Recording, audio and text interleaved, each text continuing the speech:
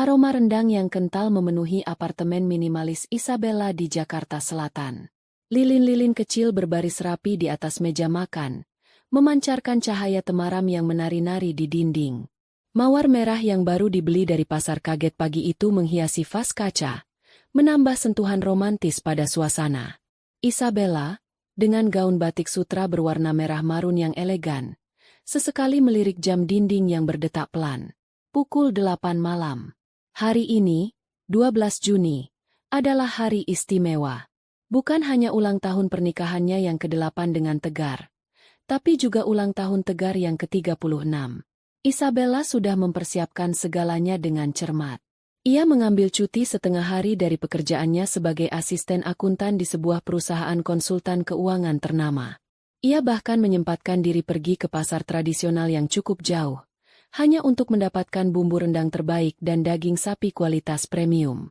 Tegar sangat menyukai rendang buatan ibunya, dan Isabella mencoba mereplikasi resep itu semampu yang ia bisa. Ia berharap makan malam ini akan menjadi kejutan yang menyenangkan. Sejak pagi, Isabella telah bekerja keras. Ia mulai dengan membersihkan apartemen, memastikan setiap sudut berkilau. Ia menata meja makan dengan piring-piring keramik putih, sendok garpu perak, dan serbet linen. Ia bahkan memasang lampion-lampion kecil di balkon, menciptakan suasana seolah mereka sedang berada di sebuah resor pribadi. Kue ulang tahun sederhana dengan hiasan, selamat ulang tahun dan hari jadi, Tegar, juga sudah tersimpan rapi di lemari es. Semua detail kecil itu adalah bentuk cintanya pada Tegar, suaminya. Pukul 9 malam. Lilin-lilin sudah menyala, aroma rendang semakin menggoda, tapi kursi di hadapan Isabella masih kosong. Isabella mencoba berpikir positif. Tegar adalah seorang sales manager di perusahaan properti besar. Pekerjaannya menuntut waktu dan dedikasi. Seringkali ia harus lembur atau bertemu klien di luar jam kerja. Isabella selalu berusaha memahami dan mendukung. Ia mengirim pesan singkat. "Aku menunggumu, sayang." Tidak ada balasan. Pukul 9.30. Isabella mencoba menelepon. Ponsel Tegar berdering 5 kali, lalu masuk ke kotak suara. Perasaan cemas mulai merayapi hati Isabella. Ini bukan kali pertama Tegar pulang terlambat, tapi malam ini terasa berbeda. Ada bisikan tak menyenangkan di benaknya. Isabella mencoba mengusir pikiran negatif itu. Mungkin Tegar sibuk. Mungkin ponselnya mati. Ia mencoba meyakinkan dirinya sendiri. Tepat pukul 10.35 malam, sebuah email masuk ke ponsel Isabella. Pengirimnya adalah Tegar. Subjek emailnya hanya, rapat. Isabella membuka email itu dengan tangan sedikit gemetar. "Maaf, ada masalah klien besar. Aku harus menginap di kantor. Nanti kita rayakan." Tegar. Tidak ada ucapan terima kasih. Tidak ada ucapan selamat ulang tahun atau hari jadi. Hanya pesan singkat yang dingin dan formal. Isabella meletakkan ponselnya di meja. Lilin-lilin di meja makan sudah meleleh, membentuk genangan lilin di atas piring. Rendang yang ia masak dengan sepenuh hati sudah mendingin. Kue ulang tahun di lemari es masih utuh. Isabella menatap piring kosong di hadapannya. Hatinya terasa kosong. Ia tidak menangis. Tidak ada air mata yang menetes. Tapi ada sesuatu di dalam dadanya yang terasa bergeser. Seperti kepingan puzzle yang tiba-tiba tidak lagi pas pada tempatnya. Malam itu, Isabella membereskan semuanya. Ia menyimpan rendang di wadah, memasukkannya ke lemari es. Ia menurunkan lampion-lampion dari balkon. Ia membersihkan meja, membuang lilin-lilin yang sudah tak berguna. Tidak ada yang menikmati makan malam ini. Tidak ada yang merayakan bersamanya. Isabella berbaring di tempat tidur sekitar tengah malam, masih dengan gaun batiknya yang kusut. Ia mencoba memejamkan mata, tapi bayangan email singkat dan dingin itu terus melintas di benaknya. Tajam seperti pisau tumpul yang mengiris. Ini bukan pertama kalinya Tegar pulang terlambat. Bukan pertama kalinya ia menunggu hingga seluruh tubuhnya pegal. Tapi kali ini, ada sesuatu yang terasa berbeda. Sebuah insting senyap yang merayap. Seperti angin dingin yang menyusup ke tulang punggung. Pagi harinya, Isabella bangun lebih awal dari biasanya. Ia merasa lelah, tapi tidak ada waktu untuk berdiam diri dalam kesedihan. Pekerjaan menantinya. Ia pergi ke kantor seperti biasa, mencoba terlihat normal. Namun, sepanjang hari, tidak ada satupun pesan dari Tegar. Isabella mencoba menelepon lagi.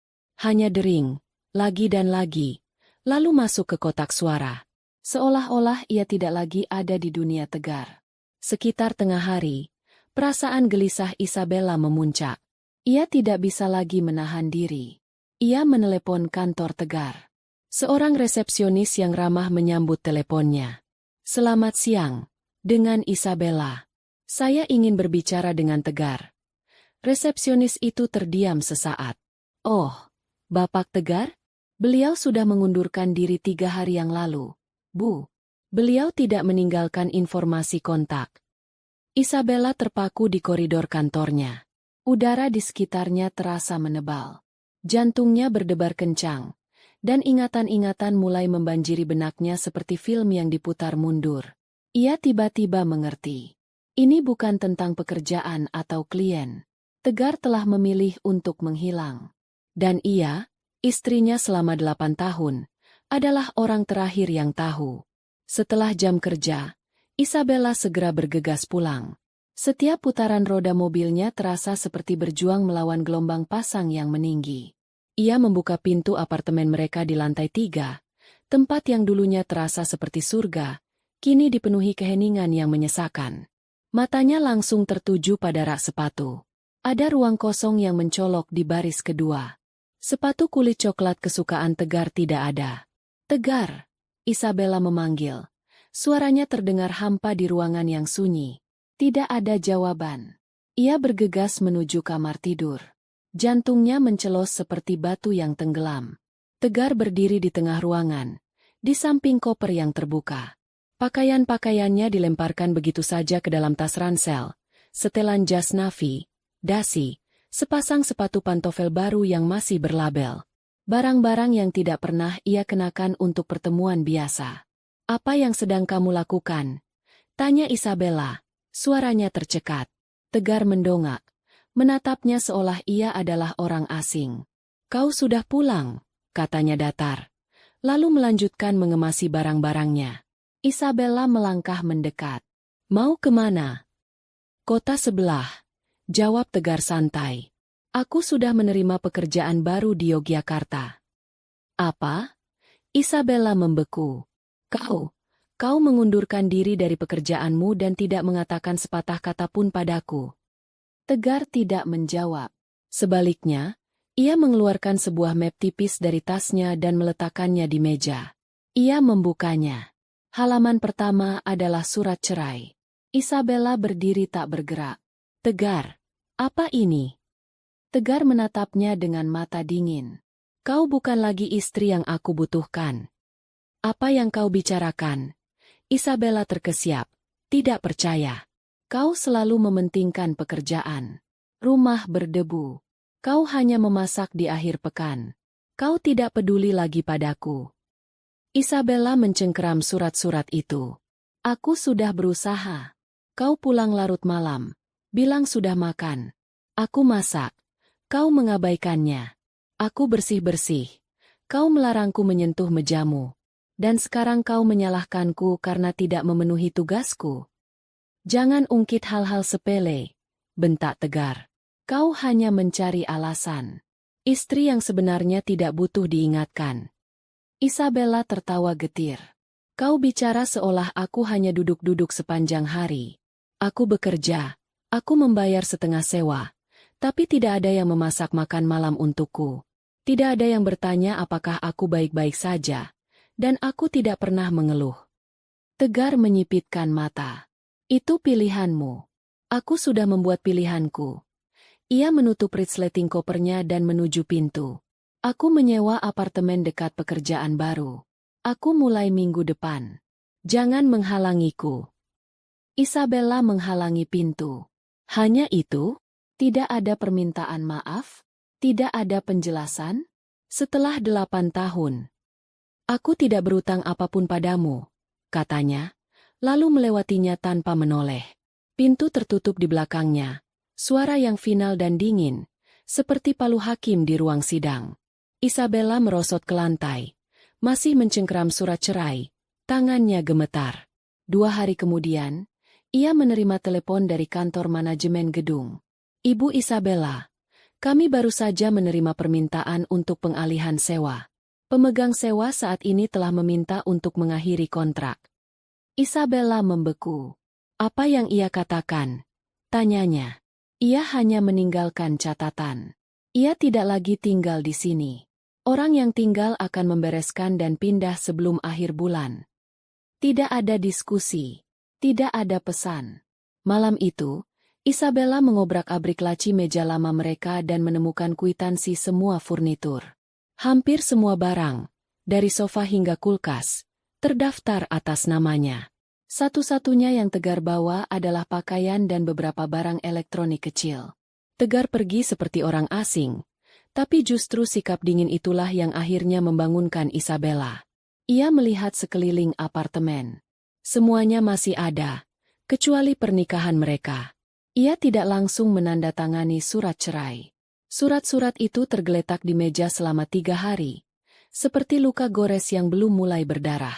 Setiap kali ia melewati, ia berhenti dan menatap, seolah sebuah alasan mungkin muncul di antara baris-baris tulisan yang dingin itu. Tapi semakin ia melihat, semakin jelas. Satu-satunya penjelasan adalah keheningan brutal Tegar saat ia pergi tanpa sepatah kata pun. Isabella duduk di sofa, menatap kosong ke arah lemari es tempat kue ulang tahun yang tak tersentuh masih tersimpan. Kenangan 8 tahun kebersamaan mereka melintas di benaknya, bercampur aduk dengan rasa sakit dan kebingungan. Mereka bertemu saat sama-sama merintis karir di Jakarta. Tegar, dengan ambisi besarnya, selalu memimpikan kehidupan mewah dan kesuksesan.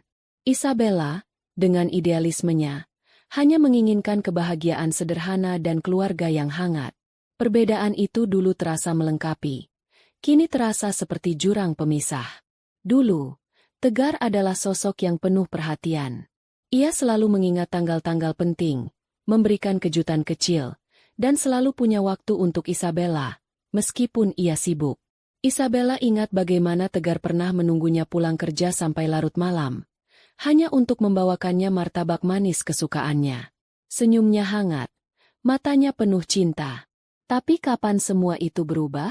Kapan perhatian itu berubah menjadi ketidakpedulian? Dan cinta itu digantikan oleh keheningan yang dingin? Isabella mencoba mencari-cari kesalahan dalam dirinya sendiri. Apakah ia terlalu sibuk dengan pekerjaan? Apakah ia kurang perhatian?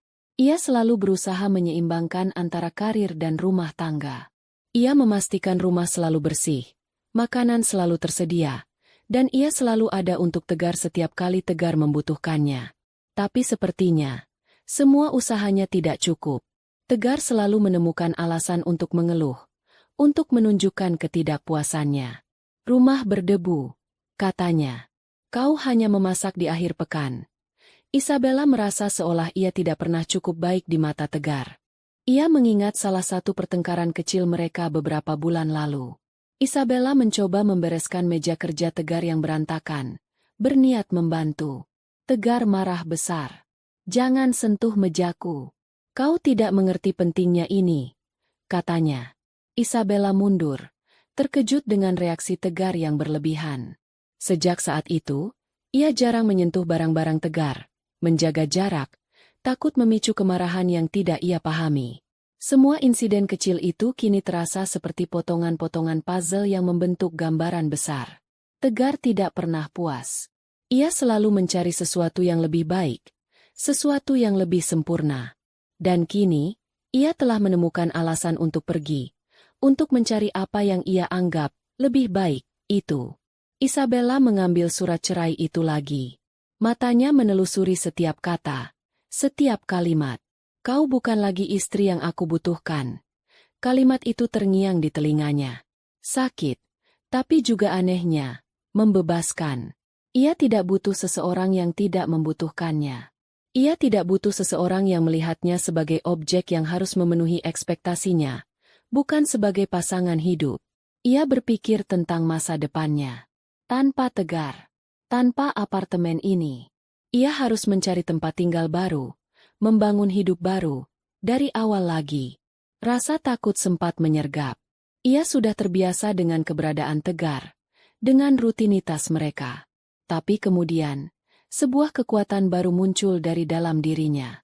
Ia adalah Isabella. Ia mandiri. Ia kuat. Ia bisa melewati ini. Malam itu, ia tidur dengan perasaan yang campur aduk. Ada kesedihan mendalam, rasa kehilangan, tapi juga secercah harapan. Ini adalah akhir dari satu bab dalam hidupnya, tapi juga awal dari babak baru. Babak di mana ia akan menjadi dirinya sendiri, tanpa bayang-bayang ekspektasi orang lain, tanpa tuntutan yang tidak masuk akal. Ia akan menemukan kebahagiaannya sendiri, dengan caranya sendiri. Pukul 5 pagi, alarm Isabella berbunyi. Ia bangun, mandi, dan bersiap-siap untuk bekerja. Saat ia melangkah keluar dari apartemen, ia melihat cahaya matahari pagi mulai menyinari gedung-gedung tinggi di Jakarta. Kota ini tidak berhenti. Hidup tidak berhenti. Dan Isabella juga tidak akan berhenti. Ia akan terus berjalan, melangkah maju, menuju masa depan yang belum terlukis, tapi penuh dengan potensi. Ia tiba di kantor lebih awal dari biasanya. Ia menyalakan komputer, membuka file-file pekerjaannya. Pikirannya masih berkelana, memikirkan apa yang harus ia lakukan selanjutnya. Ia harus mencari apartemen baru, mengurus kepindahan, dan juga memikirkan bagaimana ia akan menjelaskan semua ini kepada teman-teman dan keluarganya. Ia tahu, akan ada banyak pertanyaan, banyak tatapan iba. Tapi ia bertekad untuk menghadapinya dengan kepala tegak. Isabella mencoba fokus pada pekerjaannya, tapi bayangan Tegar terus muncul. Ia ingat saat mereka pertama kali pindah ke apartemen ini, dengan segala kegembiraan dan harapan akan masa depan yang cerah. Ia ingat bagaimana Tegar pernah mengatakan bahwa ia adalah wanita terbaik yang pernah ia temui, bahwa ia tidak bisa membayangkan hidup tanpanya. Kata-kata itu kini terasa hampa, bagai janji-janji palsu yang menguap di udara. Ia juga teringat akan ucapan ibunya. Hati-hati memilih pasangan, nak. Cinta itu seperti pohon. Harus dirawat, disiram, dan diberi pupuk. Kalau tidak, ia akan layu dan mati. Isabella merasa seperti ia telah menyiram, merawat, dan memberi pupuk pada pohon cintanya dengan Tegar, tapi Tegar sendiri yang menebangnya. Rasa marah mulai muncul. Marah pada Tegar yang begitu egois, yang pergi begitu saja tanpa mempedulikan perasaannya. Marah pada dirinya sendiri yang begitu naif, yang terlalu percaya pada janji-janji manis. Tapi Isabella tahu, marah tidak akan menyelesaikan masalah. Ia harus bertindak. Ia harus menghadapi kenyataan. Sore harinya, Isabella memutuskan untuk menelepon Lina, sahabatnya sejak SMA. Ia butuh seseorang untuk bercerita, seseorang yang akan mendengarkan tanpa menghakimi. Lina selalu ada untuknya, baik di kala suka maupun duka. Halo, Lina? Suara Isabella terdengar parau. Isa? Ada apa? Suaramu tidak seperti biasanya. Lina langsung menyadari ada yang tidak beres. Isabella menceritakan semuanya, dari makan malam ulang tahun yang gagal, email dingin dari Tegar, hingga surat cerai yang tergeletak di meja. Ia bercerita dengan air mata yang akhirnya menetes, membasahi pipinya. Lina mendengarkan dengan sabar, sesekali menyela dengan kata-kata penghiburan. Aku tidak percaya Tegar bisa melakukan ini padamu, Isa, kata Lina, suaranya dipenuhi kemarahan. Ia benar-benar bajingan. Aku tidak tahu apa yang harus aku lakukan, Lina. Isabella terisak. Kau harus kuat, Isa. Kau tidak sendirian. Aku ada untukmu. Kita akan melewati ini bersama-sama, kata Lina, mencoba menenangkan. Kata-kata Lina memberinya sedikit kekuatan. Ia tahu, ia memiliki dukungan dari orang-orang yang peduli padanya. Ia tidak sendirian. Setelah berbicara dengan Lina, Isabella merasa sedikit lega. Ia menghapus air matanya, menarik napas dalam-dalam. Ia harus menyusun rencana. Ia harus mencari apartemen baru. Ia harus mengurus segala dokumen perceraian. Ia harus memulai hidup baru. Isabella membuka laptopnya dan mulai mencari apartemen di sekitar area kantornya. Ia ingin tinggal di tempat yang lebih kecil, lebih sederhana, dan lebih terjangkau. Ia tidak butuh apartemen mewah seperti yang ia tinggali bersama Tegar. Ia hanya butuh tempat untuk dirinya sendiri, tempat di mana ia bisa menemukan kedamaian dan kebahagiaan. Ia juga mulai memikirkan bagaimana ia akan mengatur keuangannya setelah ini. Ia harus lebih cermat, lebih hati-hati. Ia juga berpikir tentang kemungkinan untuk mencari pekerjaan yang lebih baik, dengan gaji yang lebih tinggi, untuk memastikan stabilitas finansialnya. Ia tidak ingin lagi bergantung pada siapapun. Malam itu, Isabella menyiapkan makan malam sederhana untuk dirinya sendiri. Nasi goreng dengan telur mata sapi. Ia makan dalam keheningan, memikirkan semua yang telah terjadi. Ia tahu, proses ini tidak akan mudah. Akan ada banyak tantangan, banyak rintangan. Tapi ia bertekad untuk menghadapinya dengan berani. Ia akan melewati ini, dan ia akan keluar sebagai pribadi yang lebih kuat, lebih mandiri, dan lebih bahagia. Ia melihat keluar jendela, menatap lampu-lampu kota Jakarta yang berkelap-kelip. Kota ini adalah rumahnya.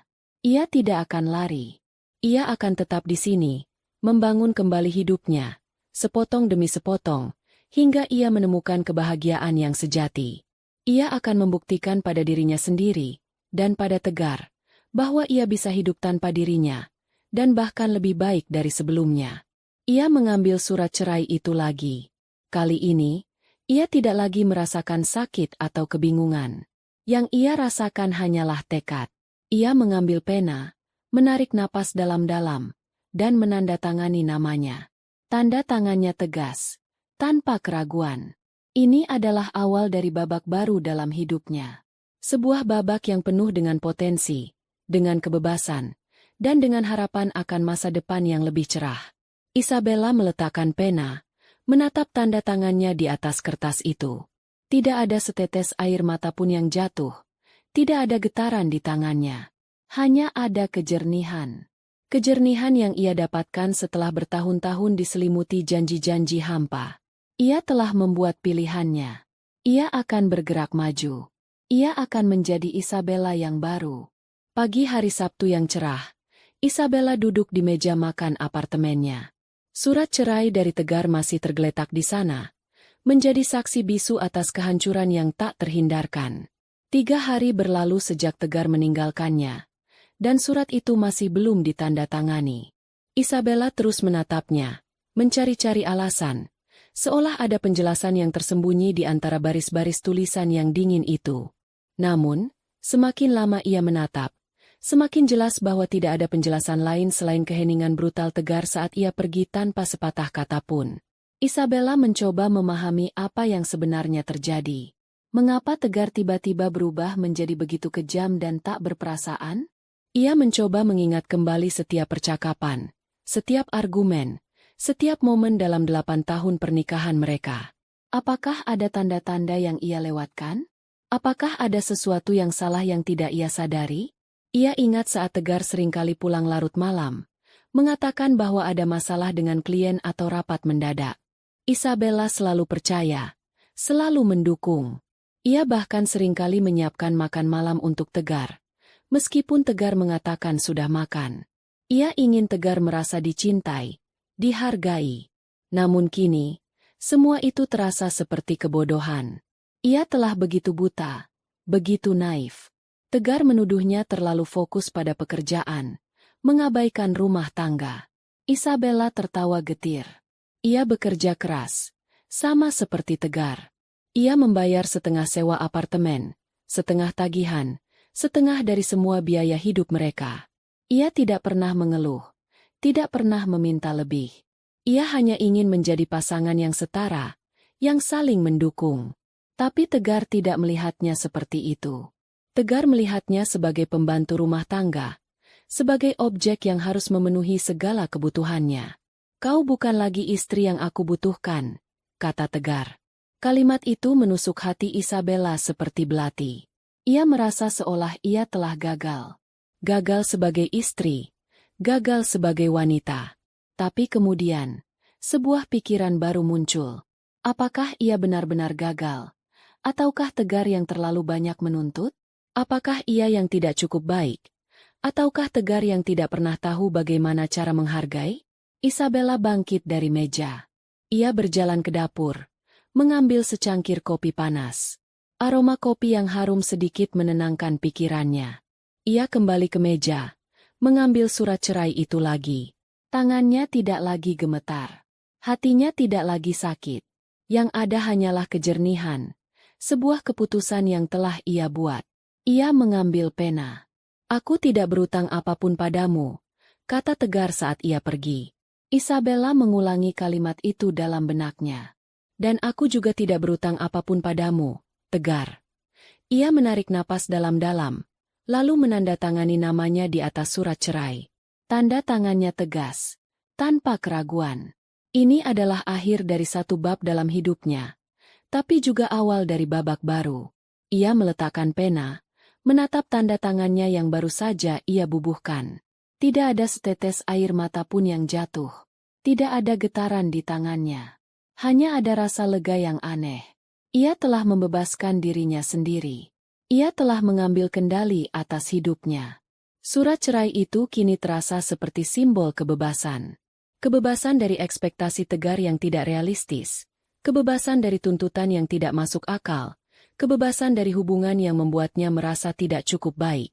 Ia tahu, proses ini tidak akan mudah. Akan ada banyak tantangan, banyak rintangan. Tapi ia bertekad untuk menghadapinya dengan berani. Ia akan melewati ini, dan ia akan keluar sebagai pribadi yang lebih kuat, lebih mandiri, dan lebih bahagia. Isabella melipat surat cerai itu, memasukkannya ke dalam amplop. Ia akan mengirimkannya ke pengacara secepat mungkin. Ia tidak ingin lagi menunda. Ia ingin segera mengakhiri bab ini dan memulai yang baru. Ia melihat keluar jendela, menatap gedung-gedung tinggi di Jakarta yang menjulang ke langit. Kota ini adalah rumahnya. Ia tidak akan lari. Ia akan tetap di sini, membangun kembali hidupnya, sepotong demi sepotong, hingga ia menemukan kebahagiaan yang sejati. Ia akan membuktikan pada dirinya sendiri, dan pada Tegar, bahwa ia bisa hidup tanpa dirinya, dan bahkan lebih baik dari sebelumnya. Ia akan menjadi Isabella yang baru. 2 hari setelah Isabella menandatangani surat cerai, sebuah telepon dari kantor manajemen gedung apartemennya berdering. "Selamat pagi, Ibu Isabella. Kami ingin menginformasikan bahwa Bapak Tegar telah mengajukan permintaan untuk mengakhiri kontrak sewa apartemen. Ia meminta agar Anda mengosongkan apartemen sebelum akhir bulan." Isabella terdiam. Apa? Ia hampir tidak percaya dengan apa yang baru saja ia dengar. Tegar tidak pernah memberitahunya tentang hal ini. Ia tidak pernah berdiskusi dengannya. Ia hanya pergi begitu saja, lalu meninggalkan beban ini padanya. Ia hanya meninggalkan catatan, "Bu, ia tidak lagi tinggal di sini. Dan ia ingin agar Anda segera pindah," kata petugas manajemen gedung. Suaranya terdengar formal dan tanpa emosi. Isabella menutup telepon. Tangannya gemetar. Tegar benar-benar telah memutuskan semua ikatan, bahkan yang paling kecil sekalipun. Ia tidak hanya mengakhiri pernikahan mereka, tapi juga mencoba menghapus keberadaan Isabella dari kehidupannya sepenuhnya. Rasa marah kembali menyergap. Marah karena Tegar begitu egois, begitu tak berperasaan. Marah karena ia harus menanggung semua ini sendirian. Tapi di tengah kemarahan itu, muncul juga sebuah kekuatan baru. Ia tidak akan membiarkan Tegar menghancurkannya. Ia akan bangkit. Ia akan berjuang. Malam itu, Isabella mulai memeriksa semua barang-barang di apartemen. Ia membuka laci-laci meja, mencari kwitansi pembelian.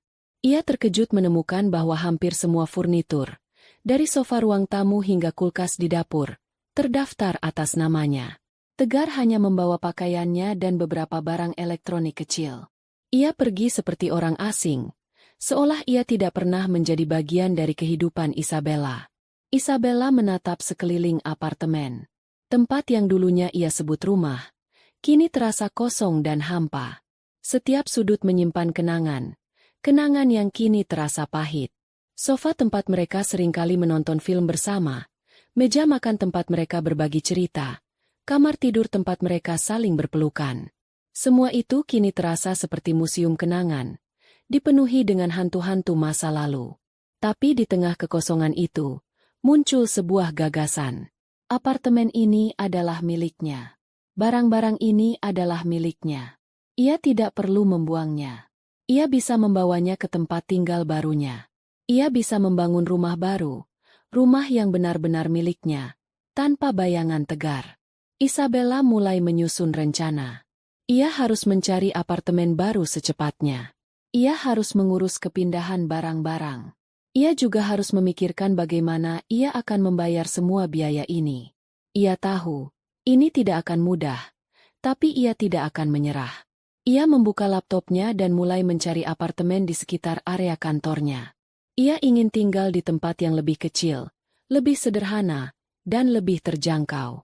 Ia tidak butuh apartemen mewah seperti yang ia tinggali bersama Tegar. Ia hanya butuh tempat untuk dirinya sendiri, tempat di mana ia bisa menemukan kedamaian dan kebahagiaan. Ia menemukan beberapa pilihan yang menarik. Apartemen studio yang nyaman, dengan balkon kecil yang menghadap ke taman. Apartemen 2 kamar tidur yang lebih luas, dengan dapur yang lengkap. Isabella mulai membayangkan dirinya tinggal di salah satu tempat itu, membangun hidup baru, dengan caranya sendiri. Ia juga mulai memikirkan tentang bagaimana ia akan mengatur keuangannya setelah ini. Ia harus lebih cermat, lebih hati-hati. Ia juga berpikir tentang kemungkinan untuk mencari pekerjaan yang lebih baik, dengan gaji yang lebih tinggi, untuk memastikan stabilitas finansialnya. Ia tidak ingin lagi bergantung pada siapapun. Malam itu, Isabella menyiapkan makan malam sederhana untuk dirinya sendiri. Nasi goreng dengan telur mata sapi. Ia makan dalam keheningan, memikirkan semua yang telah terjadi. Ia tahu, proses ini tidak akan mudah. Akan ada banyak tantangan, banyak rintangan. Tapi ia bertekad untuk menghadapinya dengan berani. Ia akan melewati ini, dan ia akan keluar sebagai pribadi yang lebih kuat, lebih mandiri, dan lebih bahagia. Ia melihat keluar jendela, menatap lampu-lampu kota Jakarta yang berkelap-kelip. Kota ini adalah rumahnya. Ia tidak akan lari. Ia akan tetap di sini, membangun kembali hidupnya, sepotong demi sepotong, hingga ia menemukan kebahagiaan yang sejati. Ia akan membuktikan pada dirinya sendiri, dan pada Tegar, bahwa ia bisa hidup tanpa dirinya, dan bahkan lebih baik dari sebelumnya. Ia akan menjadi Isabella yang baru. Isabella menghabiskan sisa malam itu dengan menyusun daftar barang-barang yang perlu ia kemas. Ia ingin memulai semuanya dengan rapi, teratur. Ia tidak ingin ada sisa-sisa kenangan Tegar yang mengganggunya. Ia ingin membersihkan semuanya, memulai dengan lembaran yang bersih. Ia membuka lemari pakaiannya, mengeluarkan semua baju-baju lama Tegar. Ia tidak tahu harus diapakan dengan barang-barang itu. Ia memutuskan untuk memasukkannya ke dalam kotak, lalu menyumbangkannya ke panti asuhan. Ia tidak ingin lagi menyimpan apapun yang berhubungan dengan Tegar. Ia juga mulai memilah-milah foto-foto lama mereka. Foto pernikahan, foto liburan, foto-foto kebersamaan. Ia tidak tega membuangnya. Ia memutuskan untuk menyimpannya di sebuah kotak khusus, yang akan ia simpan di tempat yang tidak terlihat. Mungkin suatu hari nanti, ia akan bisa melihat foto-foto itu tanpa rasa sakit, tanpa penyesalan. Pagi-pagi keesokan harinya, Isabella mulai mengepak barang-barangnya. Ia mulai dari dapur, mengemas piring-piring, gelas-gelas, dan peralatan masak. Ia kemudian pindah ke ruang tamu, mengemas buku-buku, hiasan-hiasan, dan benda-benda kecil lainnya. Setiap barang yang ia sentuh, ia merasa seolah ia sedang membersihkan dirinya sendiri dari masa lalu. Proses mengepak barang-barang itu memakan waktu berhari-hari. Isabella bekerja sendirian, tanpa bantuan siapapun. Ia ingin melakukan semuanya sendiri, sebagai bentuk simbolis dari kemandiriannya. Ia ingin membuktikan pada dirinya sendiri bahwa ia bisa melewati ini sendirian. Saat ia mengepak buku-buku Tegar, ia menemukan sebuah album foto lama. Album foto SMA Tegar. Isabella penasaran. Ia membukanya. Di dalamnya, Ada foto-foto Tegar saat masih remaja. Tegar yang kurus, berkacamata, dengan rambut acak-acakan dan gigi sedikit maju. Isabella tersenyum. Ia tidak pernah melihat Tegar seperti ini sebelumnya. Tegar selalu terlihat sempurna, rapi, dan berwibawa. Ia bertanya-tanya, mengapa Tegar tidak pernah menunjukkan foto-foto ini padanya. Ia terus membolak-balik album itu. Ia menemukan foto-foto teman-teman Tegar, guru-guru mereka, dan juga beberapa gadis di kelas Tegar. Salah satu wajah menarik perhatiannya. Seorang gadis dengan rambut pirang, mata biru tajam, dan senyum yang bisa membuat siapapun merasa kecil. Namanya Marissa. Isabella merasa ia pernah melihat wajah itu sebelumnya, tapi ia tidak bisa mengingat di mana. Ia menutup album itu, lalu melanjutkan mengepak barang-barangnya. Ia tidak ingin terlalu memikirkan hal itu. Ia hanya ingin fokus pada kepindahannya, pada membangun hidup barunya. Pada hari terakhir di apartemen itu, Isabella membersihkan setiap sudut, memastikan tidak ada sampah yang tertinggal. Ia melihat ke sekeliling ruangan yang kini kosong melompong. Rasanya seperti ia sedang menutup buku lama, bersiap untuk membuka buku baru. Ia melangkah keluar dari apartemen, menarik koper kecilnya. Ia melihat ke belakang, ke arah pintu yang tertutup. Ini adalah akhir dari babak dalam hidupnya, tapi juga awal dari babak baru. Babak yang penuh dengan harapan, dengan potensi, dan dengan kebebasan. Ia akan menjadi Isabella yang baru. Ia akan menemukan kebahagiaannya sendiri, dengan caranya sendiri. Ia akan membuktikan pada dirinya sendiri, dan pada Tegar, bahwa ia bisa hidup tanpa dirinya, dan bahkan lebih baik dari sebelumnya. Ia akan menjadi Isabella yang baru. Isabella meninggalkan apartemen itu, melangkah menuju taksi yang sudah menunggunya. Ia melihat ke belakang sekali lagi, ke arah gedung apartemen yang dulunya menjadi saksi bisu kisah cintanya dengan Tegar. Kini, gedung itu hanya menjadi pengingat akan masa lalu yang pahit. Tapi Isabella tidak lagi merasa pahit. Ia merasa lega. Ia merasa bebas. Ia siap untuk memulai babak baru dalam hidupnya. Ia akan pindah ke apartemen studio yang lebih kecil, yang terletak tidak jauh dari kantornya. Ia ingin memulai semuanya dari awal, dengan sederhana, tanpa beban. Ia ingin fokus pada dirinya sendiri, pada kebahagiaannya sendiri.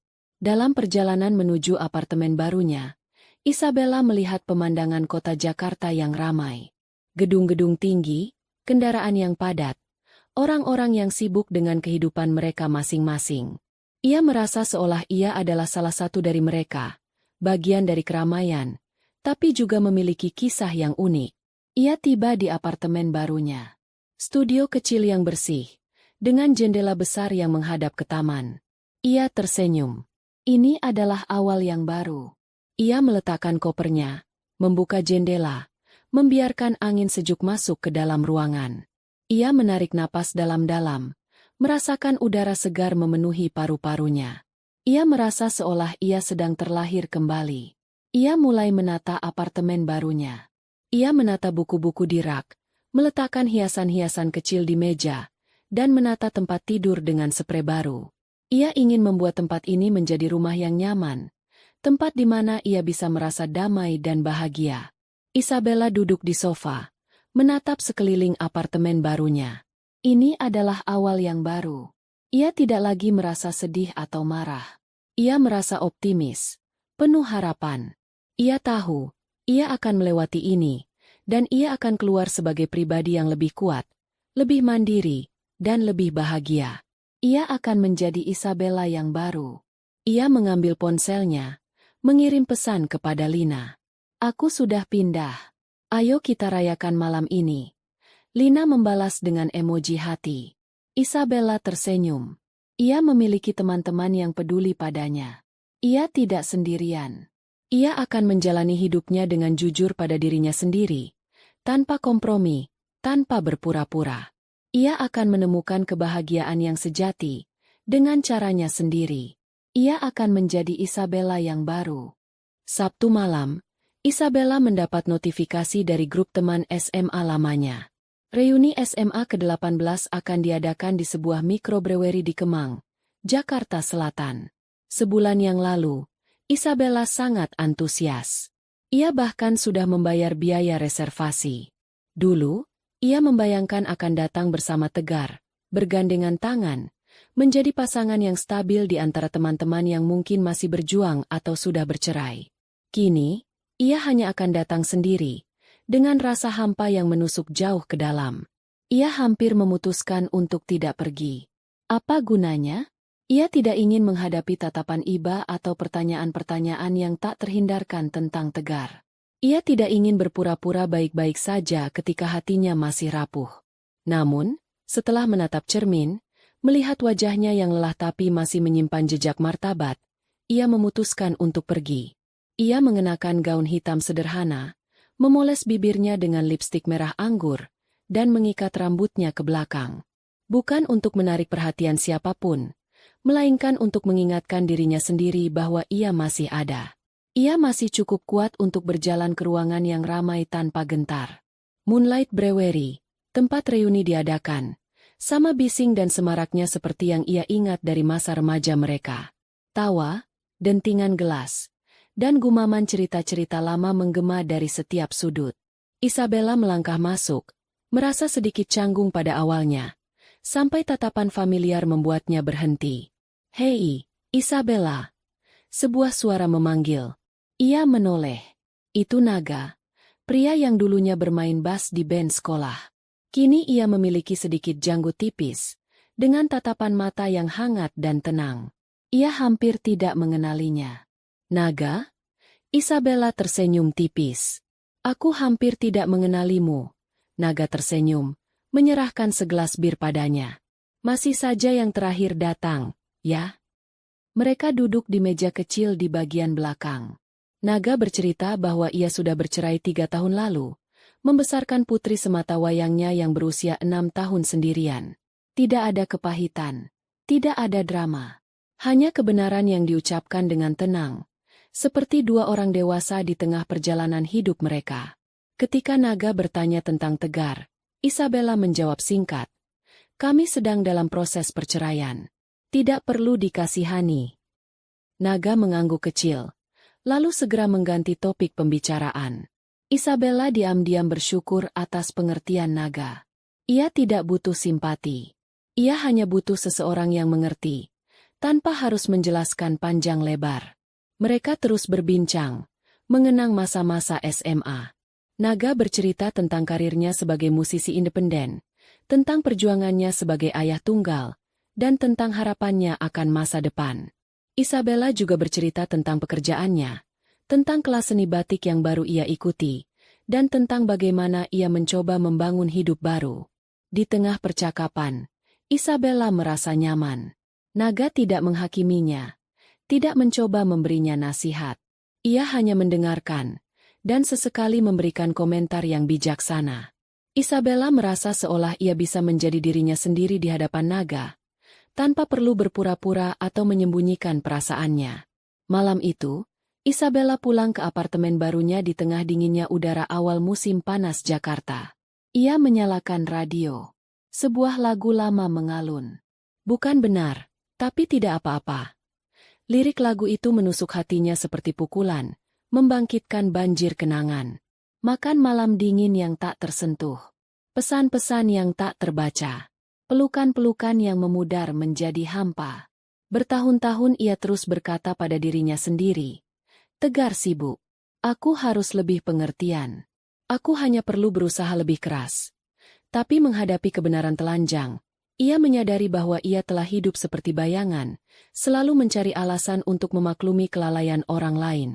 Ia telah mengorbankan dirinya sendiri, kebahagiaannya sendiri, demi seseorang yang tidak pernah menghargainya.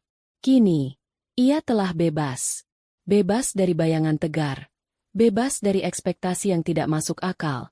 Bebas dari hubungan yang membuatnya merasa tidak cukup baik.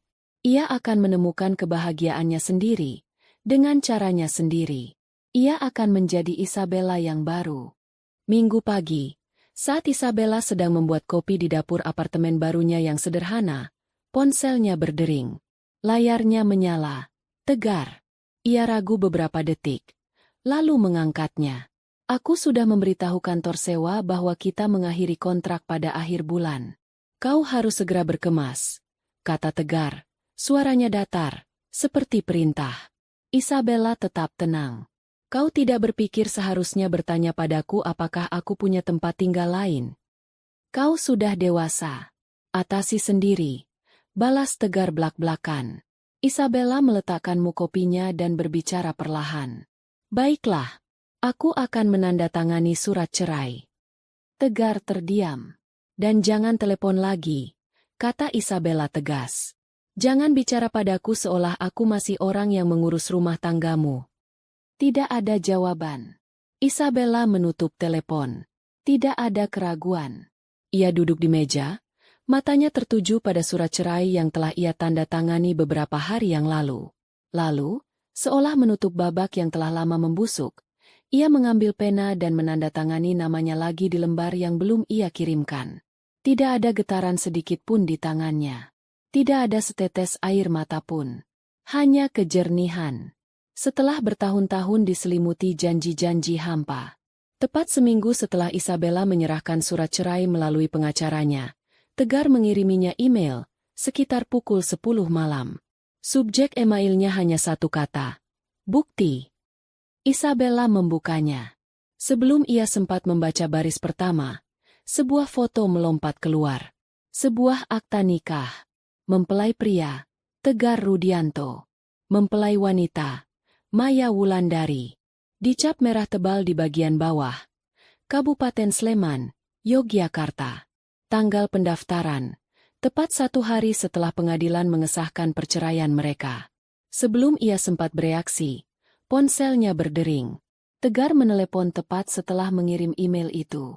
Isabella mengangkatnya. Suara Tegar terdengar mengganggu, penuh kemenangan. Kau lihat, kan? Aku sudah menikah lagi. Hidupku tidak pernah sebaik ini. Isabella tidak berbicara. Ia hanya mendengarkan. Dan jauh di dalam dirinya, sesuatu yang tenang mulai bergeser. Namanya Maya. 36 tahun, sama sepertimu, tapi dia dewasa, lembut. Tegar berhenti sejenak. Dan sangat cantik sampai kau akan cemburu. Isabella tetap diam. Dia putri satu-satunya dari keluarga yang memiliki jaringan properti Wulandari di Solo. Orang tuanya membangunkan kami rumah kecil dekat Bukit Selatan. Dan pekerjaanku? Keluarganya membantuku menjadi wakil presiden eksekutif di perusahaannya. Jadi, itu sebabnya kau sangat ingin bercerai dengan cepat? Tanya Isabella, berusaha menjaga suaranya tetap stabil. Tidak sepenuhnya, jawab Tegar. Aku hanya tidak bisa terus hidup dengan wanita yang selalu mementingkan pekerjaan dan mengabaikan perannya sebagai istri. Isabella tertawa pelan. Dan istrimu yang baru? Dia tidak bekerja? Dia memilih untuk mengurus rumah tangga. Dan kami sedang menantikan bayi perempuan, kata Tegar dengan bangga. Dia hamil 3 bulan. Setiap kalimat yang diucapkan Tegar terasa seperti pisau tumpul yang memutuskan benang terakhir yang pernah mengikat Isabella pada pernikahan itu. Tapi alih-alih rasa sakit, yang ia rasakan hanyalah kekosongan yang tenang. Maya Wulandari. Isabella mengulang nama itu setelah menutup telepon.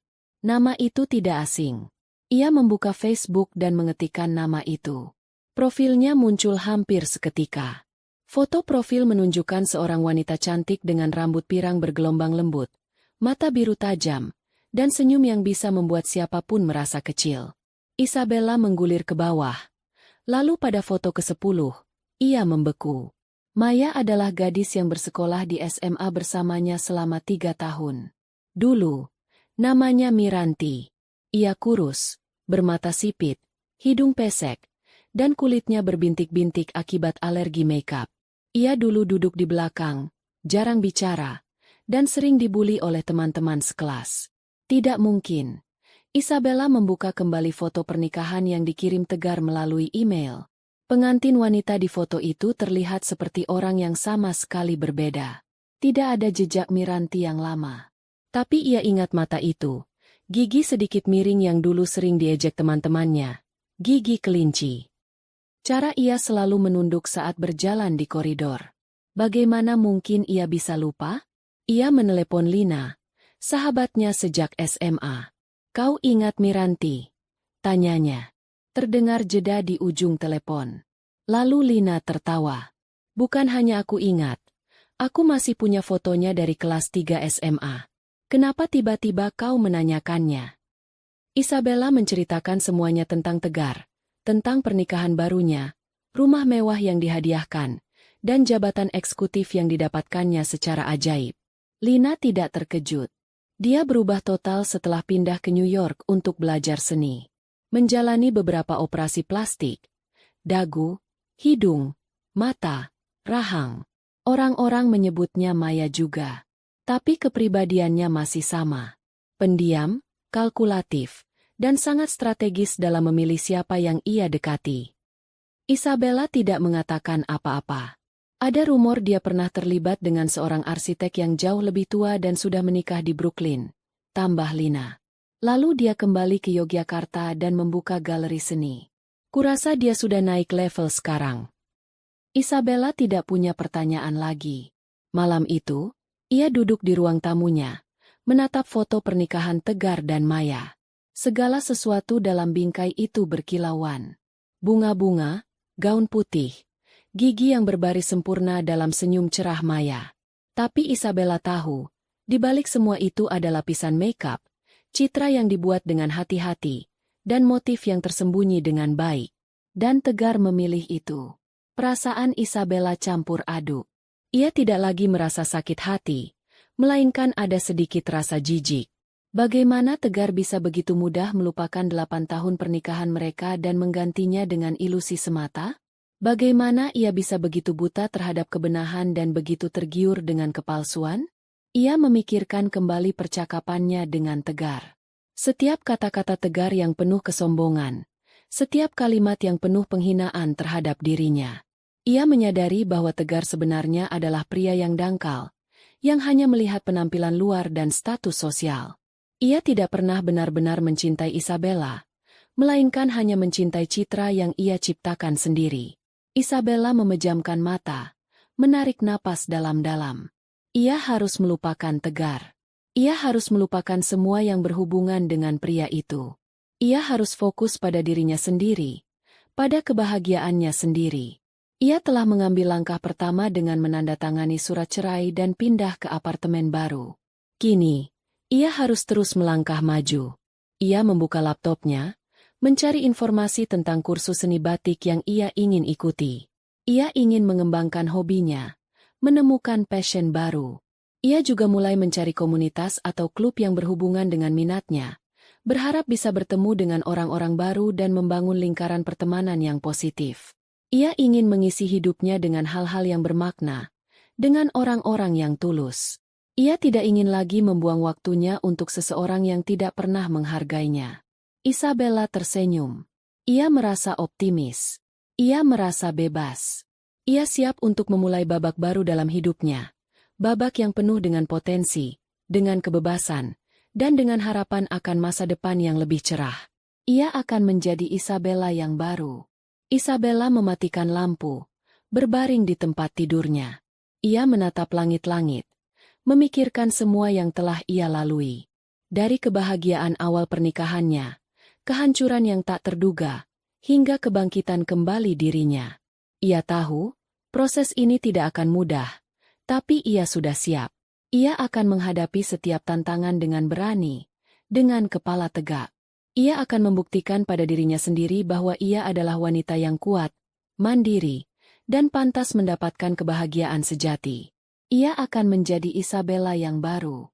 Seminggu setelah panggilan telepon Tegar yang penuh kemenangan itu, Isabella menerima sebuah pesan dari nomor tak dikenal. Pesannya singkat. "Isabella, apa kau ada waktu?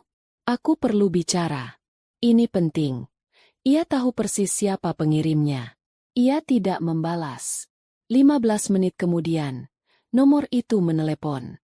Ia mengangkatnya, bukan karena ia peduli, melainkan karena ada sesuatu yang memberitahunya bahwa percakapan ini akan sangat berharga untuk didengar. "Maya sudah melahirkan," kata Tegar segera. Suaranya terdengar tegang. "Seorang bayi perempuan. Isabella mendengar Tegar menelan ludah dengan susah payah, lalu hening. Ia menunggu. Dia tidak mirip denganku atau Maya. Sebenarnya, dia tidak mirip dengan kami berdua sama sekali. Isabella mengencangkan cengkeramannya pada ponsel, bibirnya terkatup rapat untuk menahan tawa yang hampir meledak. Mungkin dia mirip seseorang dari pihak keluargamu, tawar Isabella. Suaranya seringan udara. Aku juga sempat berpikir begitu. Tapi, Isabella, apa kau ingat saat kau tertawa terbahak-bahak setelah aku menceritakan tentang Maya? Kau tahu sesuatu, kan? Suara Tegar tiba-tiba meninggi, terdengar gugup dan panik. Isabella bersandar di kursinya. Senyum tipis tersungging di bibirnya. Aku hanya merasa itu menarik, jawabnya, menahan ketajaman dalam nadanya. Berhenti bercanda. Aku sudah melakukan tes DNA. Bayinya memang anakku. Tapi aku masih tidak mengerti. Kenapa dia tidak mirip dengan kami berdua? Aku belum memberitahu siapapun selain kau. Kau tertawa seolah kau tahu sesuatu. Tolong, beritahu aku. Isabella tertawa kecil. Suaranya tenang. Kau ingat album kelulusan SMAMU? Hening. Ia melanjutkan. Aku menemukannya saat mengemasi barang-barang di apartemen lama. Tergeletak di dasar laci mejamu. Tertutup debu. Kau mengobrak-abrik barang-barangku. Suara Tegar terdengar sedikit kesal. Aku sedang bersih-bersih, seperti yang kau minta. Isabella menekankan. Dan saat aku membuka album itu, aku terkejut. Seorang anak laki-laki berambut keriting dengan mata sipit, gigi bengkok, dan kulit berjerawat. Butuh beberapa menit bagiku untuk menyadari bahwa itu adalah kau. Tegar menghela napas perlahan. Aku selalu bertanya-tanya mengapa dalam 8 tahun kau tidak pernah mengenalkanku pada teman-teman kuliahmu. Mengapa kau bersikeras mengadakan pernikahan kecil tanpa teman-teman? Mengapa tidak ada satupun foto remajamu di rumah kita? Sekarang aku mengerti. Aku berubah karena merasa tidak aman, kata Tegar pelan. Bukan, jawab Isabella. Kau berubah karena kau ingin menjalani kehidupan baru. Tapi kau lupa satu kebenaran sederhana, genetika tidak bisa diubah.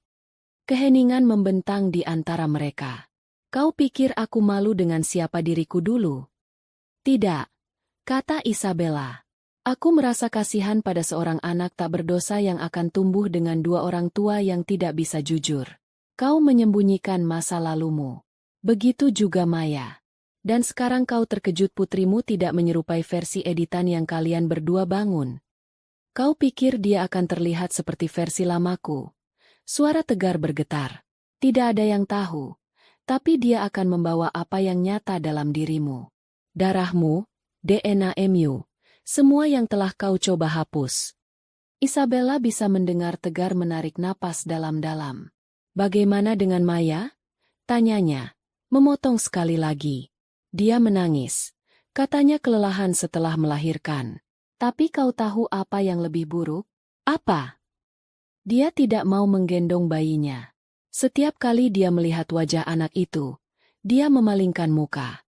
Kemarin ibunya harus turun tangan dan menggendong bayinya karena dia menolak. Aku tidak tahu harus berbuat apa. Isabella tetap diam. Rasa berat yang pahit naik di dadanya. Bukan untuk Tegar, tetapi untuk seorang anak yang sudah ditolak oleh orang-orang yang membawanya ke dunia ini. Ia merendahkan suaranya. Kau pernah berkata aku gagal sebagai istri karena aku tidak mau berkorban. Tapi yang menolak perannya sebagai ayah adalah kau. Tegar mendesah. Mungkin hendak berbicara lagi. Tapi Isabella menghentikannya. Kau tidak butuh nasihat dariku. Aku hanya berharap kau tidak memproyeksikan rasa malumu pada bayi itu. Dia tidak melakukan kesalahan apapun. Ia mengakhiri panggilan sebelum Tegar sempat menjawab. Lalu ia memblokir nomornya. Tidak ada lagi yang perlu ia dengar. Isabella meletakkan ponselnya di meja. Ia menatap keluar jendela apartemennya, ke arah lampu-lampu kota yang berkelip-kelip di kejauhan. Ia tidak merasa menang. Ia tidak merasa puas. Yang ia rasakan hanyalah kesedihan yang mendalam untuk bayi yang tidak bersalah itu. Bayi yang lahir dari kebohongan, dari ilusi, Dari dua orang tua yang terlalu sibuk membangun citra sempurna hingga lupa pada esensi dari menjadi manusia. Ia berpikir tentang Tegar. Pria yang pernah ia cintai. Pria yang pernah ia bangun impian bersamanya. Kini, pria itu telah menjadi orang asing. Seorang pria yang terobsesi dengan penampilan, dengan status, dengan pengakuan dari orang lain. Seorang pria yang rela mengorbankan segalanya, termasuk kejujuran dan integritas, demi mencapai apa yang ia anggap sebagai kesuksesan. Dan Maya, wanita yang telah mengubah dirinya secara drastis, yang telah menghapus masa lalunya, yang telah membangun kehidupan baru di atas fondasi kebohongan. Ia telah mendapatkan apa yang ia inginkan, suami yang tampan, kaya, dan berkuasa. Tapi kini, ia harus menghadapi konsekuensi dari pilihannya. Ia harus menghadapi kenyataan bahwa masa lalu tidak bisa dihapus begitu saja. Bahwa genetika adalah sesuatu yang tidak bisa diubah dengan pisau bedah. Isabella merasa kasihan pada mereka berdua. Mereka telah terjebak dalam perangkap yang mereka ciptakan sendiri. Mereka telah mengejar kebahagiaan yang semu, kebahagiaan yang didasarkan pada penampilan luar, bukan pada nilai-nilai yang sejati. Dan kini, mereka harus menuai apa yang mereka tanam. Ia bangkit dari kursinya, berjalan ke dapur. Ia membuat secangkir teh hangat. Ia duduk kembali di sofa, menyesap tehnya perlahan. Ia merasa tenang. Ia merasa damai. Ia telah membuat pilihan yang tepat. Ia telah memilih kejujuran, integritas, dan kebahagiaan yang sejati. Ia telah memilih untuk menjadi dirinya sendiri, tanpa kompromi, tanpa berpura-pura. Ia tahu, hidupnya tidak akan pernah sama lagi. Ia telah kehilangan banyak hal. Ia telah kehilangan suaminya, rumahnya, dan 8 tahun hidupnya. Tapi ia juga telah menemukan banyak hal. Ia telah menemukan kekuatannya, kemandiriannya, dan kebahagiaannya sendiri. Ia telah menemukan dirinya sendiri. Ia akan terus melangkah maju. Ia akan terus membangun hidup baru, dengan caranya sendiri. Ia akan terus mencari kebahagiaan, bukan dalam hal-hal yang fana, melainkan dalam hal-hal yang abadi. Ia akan terus menjadi Isabella yang baru. Isabella menghabiskan sisa malam itu dengan melukis. Ia mengeluarkan kanvas, cat, dan kuasnya. Ia mulai melukis, tanpa rencana, tanpa sketsa. Ia hanya membiarkan tangannya bergerak bebas, mengikuti alunan perasaannya. Ia melukis pemandangan abstrak, dengan warna-warna yang cerah dan berani. Ia melukis emosinya, perasaannya, perjalanannya. Saat ia melukis, ia merasa seolah ia sedang membersihkan dirinya sendiri dari semua sisa-sisa masa lalu. Ia melepaskan semua kemarahan, semua kesedihan, semua kekecewaan. Ia membiarkan semuanya mengalir keluar dari dirinya, melalui kuas dan cat, ke atas kanvas. Ia melukis hingga larut malam. Saat ia selesai, ia merasa lelah, tapi juga puas. Ia menatap lukisannya. Sebuah karya seni yang tidak sempurna, tapi jujur. Sebuah karya seni yang mencerminkan dirinya. Ia tersenyum. Ia telah menemukan cara baru untuk mengekspresikan dirinya, untuk menyembuhkan dirinya. Ia telah menemukan passion baru. Ia membersihkan kuas-kuasnya, merapikan peralatannya. Ia merasa optimis. Ia merasa penuh harapan. Ia tahu, masa depannya akan cerah. Ia akan menjadi Isabella yang baru. Ia akan menjadi seniman. Ia akan menjadi wanita yang kuat, mandiri, dan bahagia. Ia akan menjadi dirinya sendiri. Ia akan terus melukis, terus berkarya, terus mengekspresikan dirinya. Ia akan terus mencari keindahan, bukan hanya di dunia luar, tapi juga di dalam dirinya sendiri. Ia akan terus menjadi Isabella yang baru. Setelah menutup telepon dari Tegar, Isabella duduk terdiam di sofanya. Nama, Maya Wulandari, terus bergema di benaknya. Nama itu terasa familiar, seolah ia pernah mendengarnya di suatu tempat, di suatu masa yang telah lama berlalu. Ia mencoba mengingat-ingat, tapi ingatannya kabur. Ia mengambil laptopnya, membuka Facebook, dan mengetikkan nama itu di kolom pencarian. Beberapa profil muncul, Tapi satu profil langsung menarik perhatiannya. Foto profilnya menunjukkan seorang wanita yang sangat cantik, dengan rambut pirang bergelombang, mata biru yang tajam, dan senyum yang mempesona. Ia tampak seperti model majalah, sempurna dari ujung rambut hingga ujung kaki. Isabella membuka profil itu. Ia melihat foto-foto Maya bersama Tegar, foto pernikahan mereka yang mewah, foto liburan mereka di Eropa, foto rumah baru mereka yang megah. Mereka tampak seperti pasangan yang sempurna, pasangan yang memiliki segalanya.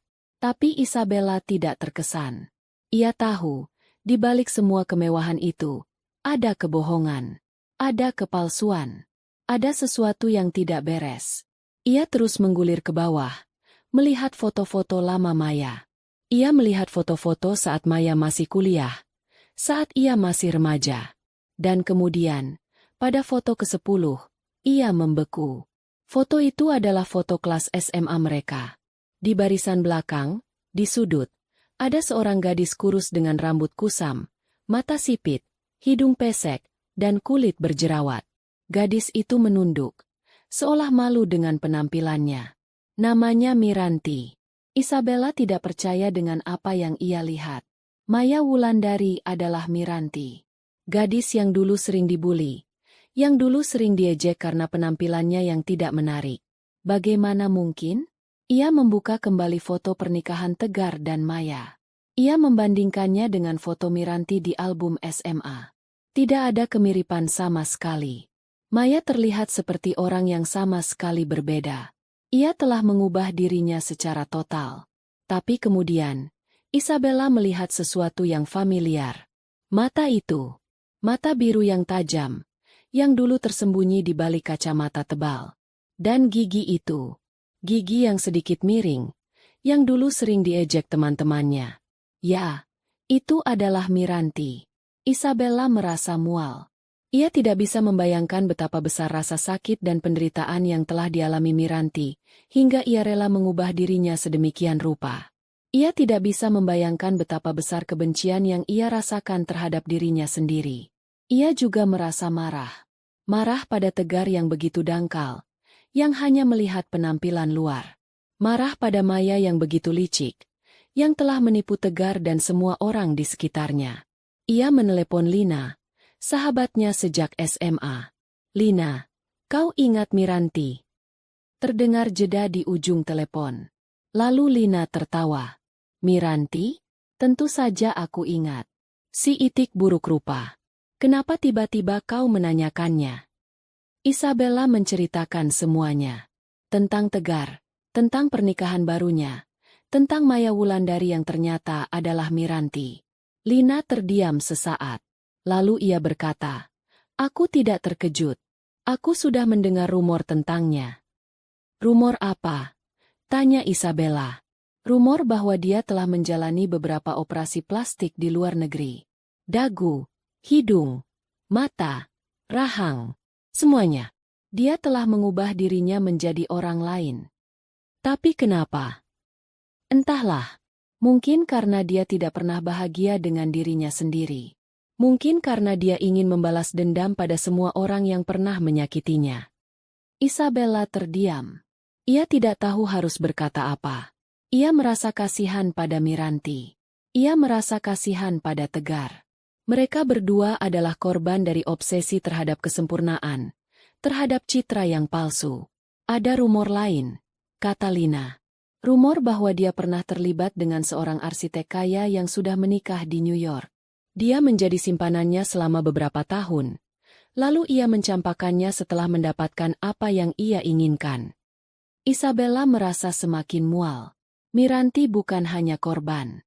Ia juga pelaku. Ia adalah seorang manipulator ulung.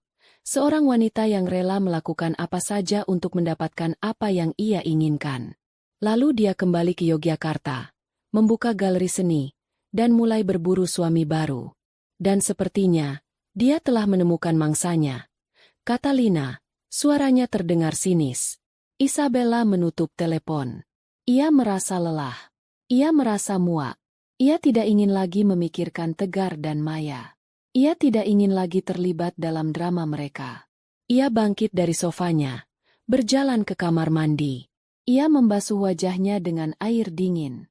Ia menatap cermin, melihat bayangannya sendiri. Ia melihat seorang wanita yang lelah, tapi kuat. Seorang wanita yang telah terluka, tapi tidak hancur. Seorang wanita yang telah belajar dari kesalahannya, dan siap untuk memulai hidup baru. Ia tersenyum. Ia tidak sempurna, tapi ia jujur.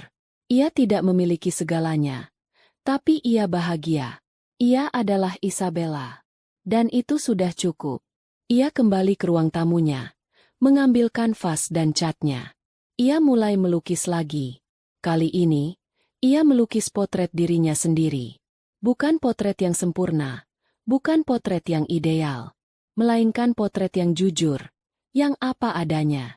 Ia melukis kerutan di sudut matanya, bekas luka di dahinya, dan senyum tipis di bibirnya. Ia melukis semua ketidaksempurnaannya, semua kekurangannya. Karena ia tahu, itulah yang membuatnya menjadi dirinya sendiri. Itulah yang membuatnya menjadi manusia. Saat ia melukis, ia merasa seolah ia sedang memeluk dirinya sendiri. Ia menerima dirinya sendiri, dengan segala kelebihan dan kekurangannya. Ia mencintai dirinya sendiri, apa adanya. Ia melukis hingga pagi menjelang. Saat ia selesai, ia merasa lega. Ia merasa bebas. Ia telah melepaskan semua beban masa lalu. Ia telah memaafkan Tegar. Ia telah memaafkan Miranti. Dan yang terpenting, ia telah memaafkan dirinya sendiri. Ia menatap potret dirinya. Sebuah karya seni yang tidak sempurna, tapi indah. Sebuah karya seni yang mencerminkan jiwanya. Ia tersenyum. Ia tahu, ia akan baik-baik saja. Ia akan menemukan kebahagiaannya sendiri, dengan caranya sendiri.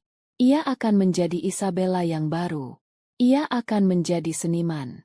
Ia akan menjadi wanita yang kuat, mandiri, dan bahagia. Ia akan menjadi dirinya sendiri. Ia akan terus melukis, terus berkarya, terus mengekspresikan dirinya. Ia akan terus mencari keindahan, bukan hanya di dunia luar, tapi juga di dalam dirinya sendiri. Ia akan terus menjadi Isabella yang baru. Ia menggantung potret dirinya di dinding ruang tamunya. Setiap kali ia melihatnya, ia teringat akan perjalanannya, akan perjuangannya, akan kemenangannya. Ia teringat bahwa ia adalah seorang penyintas, seorang pejuang, seorang wanita yang telah menemukan kembali dirinya sendiri. Dan ia bersumpah, ia tidak akan pernah lagi membiarkan siapapun, atau apapun, merenggut kebahagiaannya. Ia akan menjaga hatinya, jiwanya, dan dirinya sendiri. Ia akan hidup dengan jujur, dengan berani, dan dengan penuh cinta. Ia akan menjadi Isabella yang baru. Sabtu malam, Isabella mendapat notifikasi dari grup teman SMA lamanya. Reuni SMA ke-18 akan diadakan di sebuah mikrobrewery di Kemang, Jakarta Selatan. Sebulan yang lalu, Isabella sangat antusias. Ia bahkan sudah membayar biaya reservasi. Dulu, ia membayangkan akan datang bersama Tegar, bergandengan tangan, menjadi pasangan yang stabil di antara teman-teman yang mungkin masih berjuang atau sudah bercerai. Kini, ia hanya akan datang sendiri, dengan rasa hampa yang menusuk jauh ke dalam. Ia hampir memutuskan untuk tidak pergi. Apa gunanya? Ia tidak ingin menghadapi tatapan iba atau pertanyaan-pertanyaan yang tak terhindarkan tentang Tegar. Ia tidak ingin berpura-pura baik-baik saja ketika hatinya masih rapuh. Namun, setelah menatap cermin, melihat wajahnya yang lelah tapi masih menyimpan jejak martabat, ia memutuskan untuk pergi. Ia mengenakan gaun hitam sederhana, memoles bibirnya dengan lipstik merah anggur, dan mengikat rambutnya ke belakang. Bukan untuk menarik perhatian siapapun, melainkan untuk mengingatkan dirinya sendiri bahwa ia masih ada. Ia masih cukup kuat untuk berjalan ke ruangan yang ramai tanpa gentar.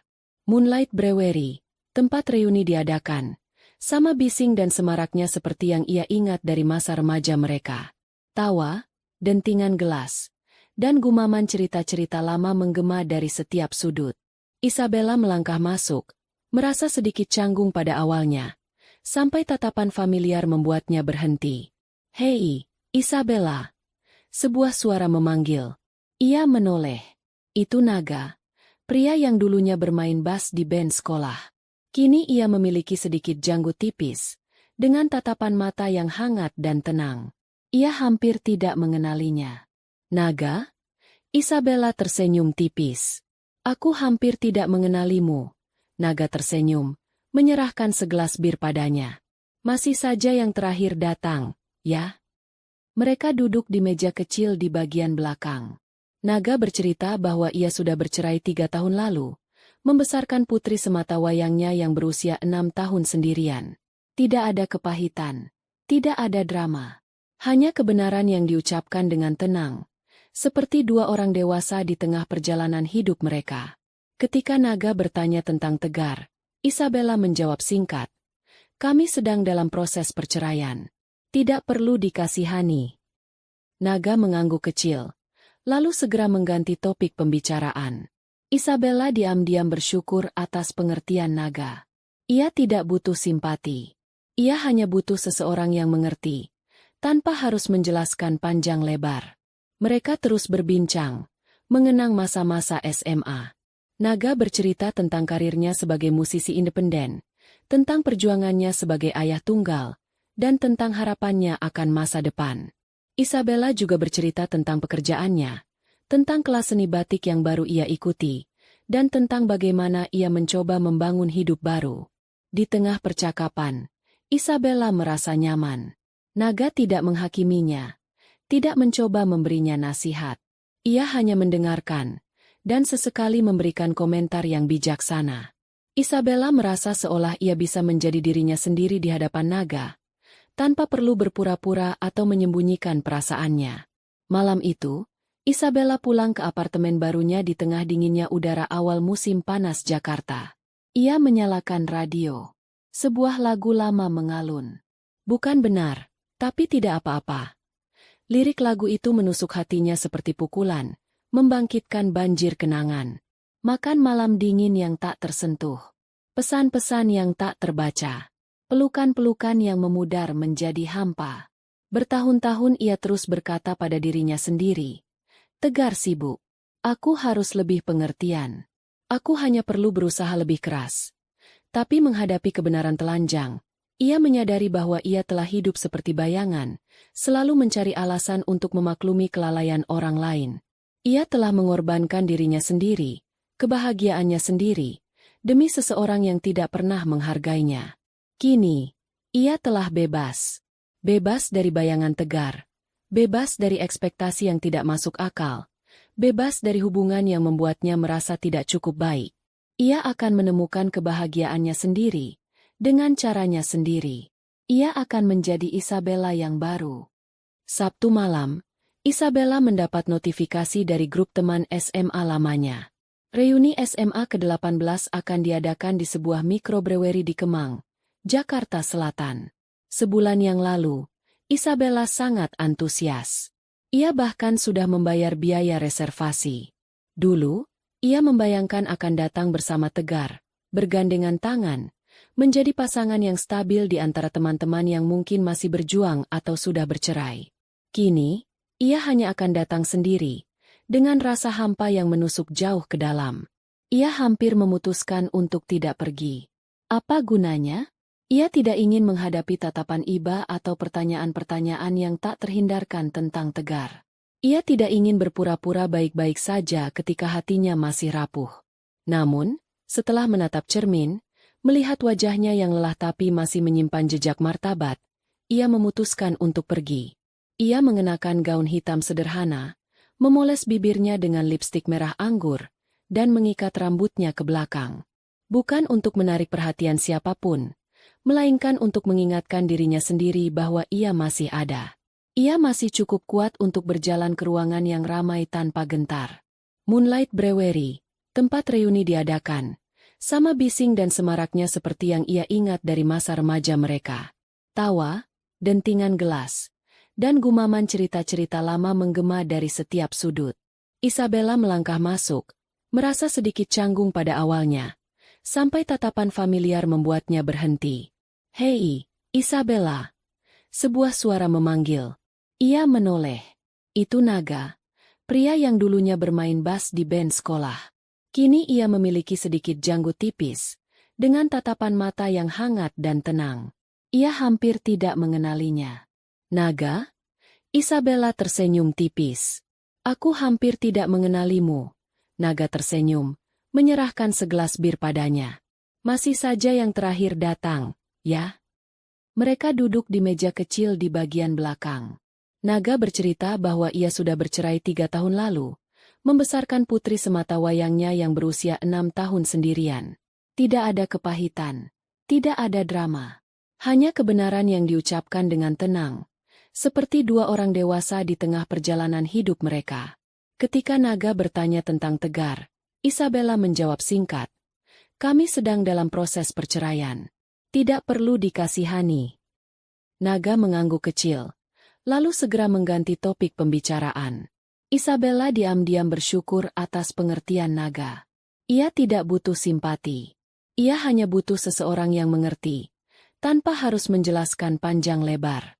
Mereka terus berbincang, mengenang masa-masa SMA. Naga bercerita tentang karirnya sebagai musisi independen, tentang perjuangannya sebagai ayah tunggal, dan tentang harapannya akan masa depan.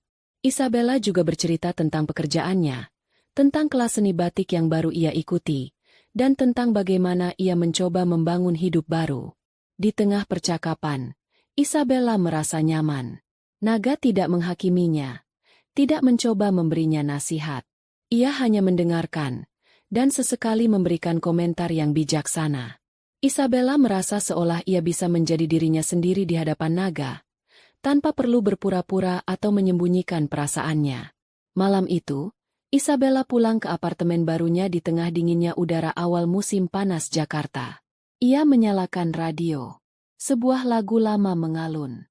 Bukan benar, tapi tidak apa-apa. Lirik lagu itu menusuk hatinya seperti pukulan, membangkitkan banjir kenangan. Makan malam dingin yang tak tersentuh. Pesan-pesan yang tak terbaca. Pelukan-pelukan yang memudar menjadi hampa. Bertahun-tahun ia terus berkata pada dirinya sendiri, "Tegar sibuk. Aku harus lebih pengertian. Aku hanya perlu berusaha lebih keras."